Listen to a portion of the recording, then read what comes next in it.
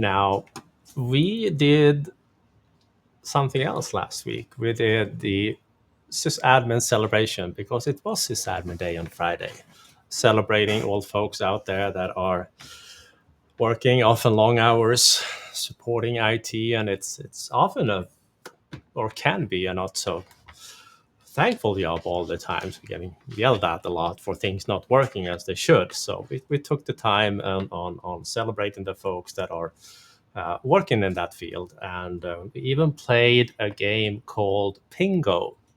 For those of you who don't know what Pingo is the sysadmin version of Bingo. A long story short, you get a Pingo card. You can still play. We posted it on our community, but this is the card. A couple of things like if this happened to you today, one way or another, you basically check it off. Uh, and when if you get the full line, well, you get Pingo. And we had 3 winners that won a shiny external 2 terabyte SSD Samsung, and that was Jason, James, and Stuart who were joining us live last Friday. So congratulations to you 3. And we also threw in a couple of surprise gifts in that package, but that was fun. If you happen to miss the event, we did record it. It's available up on our Online Academy YouTube channel. So if you scoot over to the video section there, well, not that one, but this one, it had the half hour where we basically shared our war stories from a couple of years back, and just had a good time. It was fun. Yeah, really enjoyed it. Loved having Amy on there with us too. Oh yeah, that was great fun. She's been a while. So, Yeah. Speaking of the community, we also had a question coming in earlier today regarding 802.1x and imaging, and I figured it was worth pointing out that in all my years doing imaging in 802.1x environments, even though it's technical, possible to get certs and stuff added to boot images, it's just a royal pain.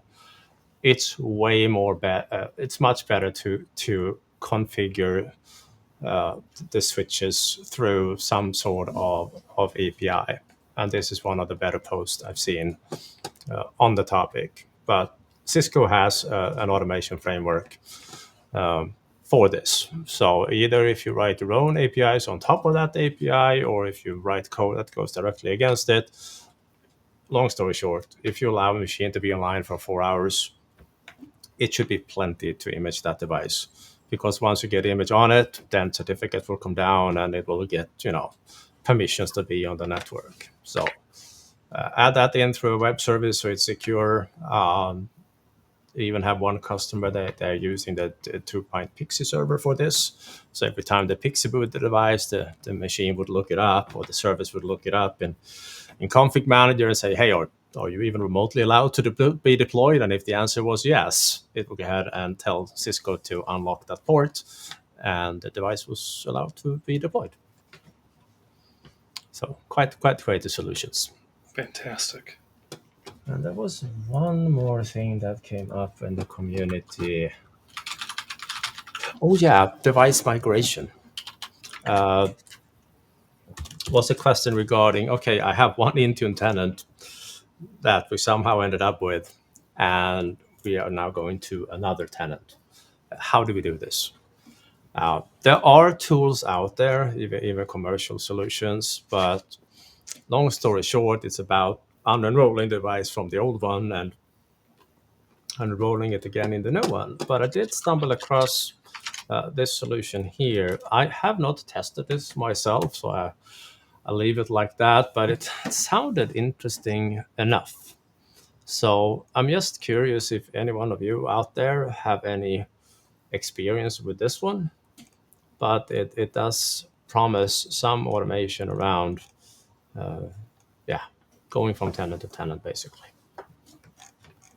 So just curious. If you happen to know, please let us know in the chat. Otherwise, we will leave it at that. that was all I had in terms of news, together with a community update. And well, congratulations again to James Stewart and Jason for snatching that grand prize.